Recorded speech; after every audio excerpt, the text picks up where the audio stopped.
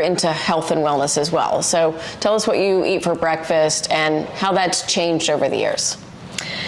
Yeah, right now I start my morning with a green drink that I make from scratch. I actually blend up celery, spinach, a bunch of superfoods like bee pollen and maca and fresh ginger, half a banana for good flavor, and kefir, which is full of probiotics. Anyway, just a bunch of different super healthy things, and it actually tastes good, you guys.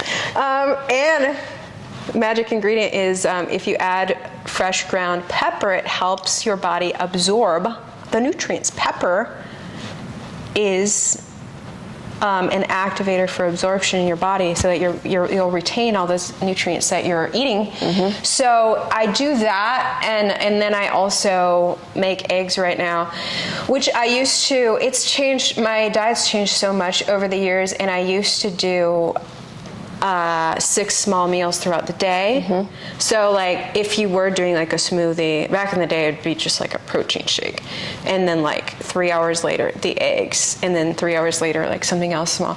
But now I've just learned what my body needs is a lot of fuel first thing in the morning to get my brain working.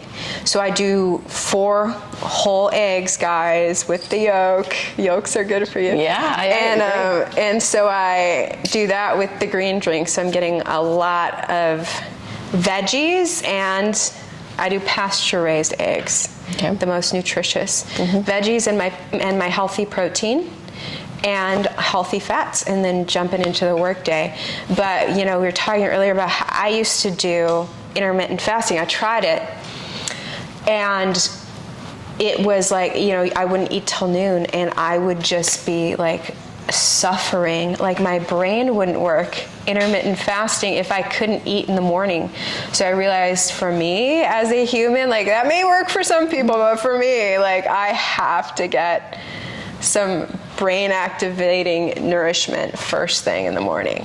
But my dad was the one who told me about intermittent fasting. I hadn't, he lives in Wisconsin, I live in Texas at the time, and he comes down to visit in 2019, and he's looking so young and fit. I was like, what are you doing? He's like, intermittent fasting. I was like, I'm starting tomorrow. I'm in. Yeah, but it was just not for me, at least not that way. Maybe if I do it in the morning and fast at night, maybe I should still try that. Okay. Which now that I have a bigger breakfast, my meals do taper off in the night. So that's kind of my, some of the adjusting I've done over the years. Mm-hmm. But prior to that, at the beginning of my journalism career, when you're hitting the road every day to cover stories, it was like Wendy's spicy chicken sandwich every day. It was just like whatever junk food. And then I was like, why am I getting out of shape, not feeling good? And I realized I need to be disciplined about what I eat, because it really impacts all areas of your life. Every area of your life. People don't realize your mood.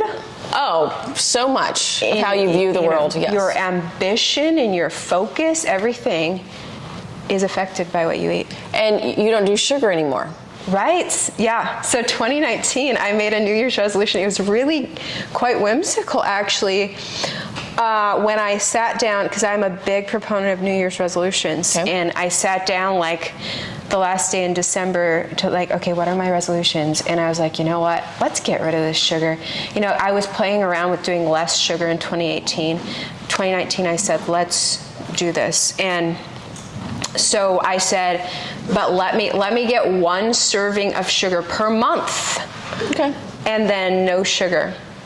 And I remember when I started, when I would have a sweet craving, I would drink holy kombucha. You guys should look up that brand, because it's very low sugar. It's one of the cleanest kombuchas. A lot of kombuchas are way too sugary, and they're actually not good for you.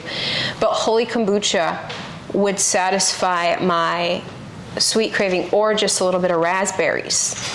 And so I would do that. And I remember this, I didn't realize at the time how brilliant it was to have 1 serving of sugar per month, because what happens psychologically is like, you'll go out to an event and there'll be this glorious dessert and you'll be like, that looks amazing. That might be my serving for the month. And then you're like, no, there's an event next week and I bet that'll be a better serving of sugar. So I'm gonna wait till that. And then you keep waiting, like, you know what? I'm gonna hold off. I can make it because there's gonna be a better dessert option coming up.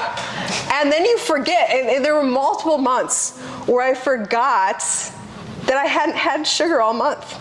And so I just went in, and there's no rollovers if you missed your sugar. That's impressive, though, that you're able to do that. Really, I mean, 0 sugar in today's world, that's really impressive. Yeah. So last month we're already in February.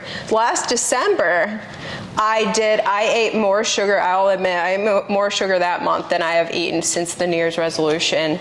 Like I let myself have a little bit more, but now we're back to it with 2023 with the monthly serving. And it feels so good. So when you went back to sugar, what did you notice? My skin got worse, which was the driving factor for stopping sugar, because my skin was breaking out way too much and I was trying to figure out why.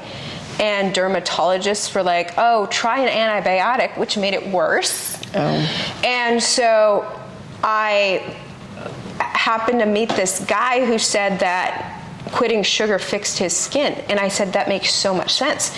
At the same time, I met a holistic health expert who explained that your skin is an organ, and the role of your skin as an organ is to detox your body. And suddenly breakouts made sense to me for the first time.